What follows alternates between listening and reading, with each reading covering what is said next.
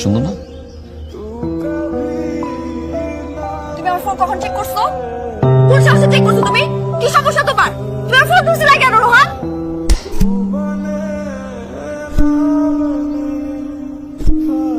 চোরের মার বড় গলা।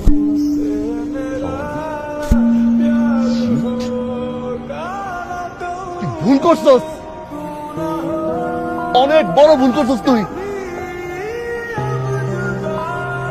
চিটার,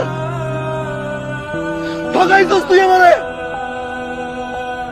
তার সাথে আই মিস ইউ চুম্মা দিচ্ছিস,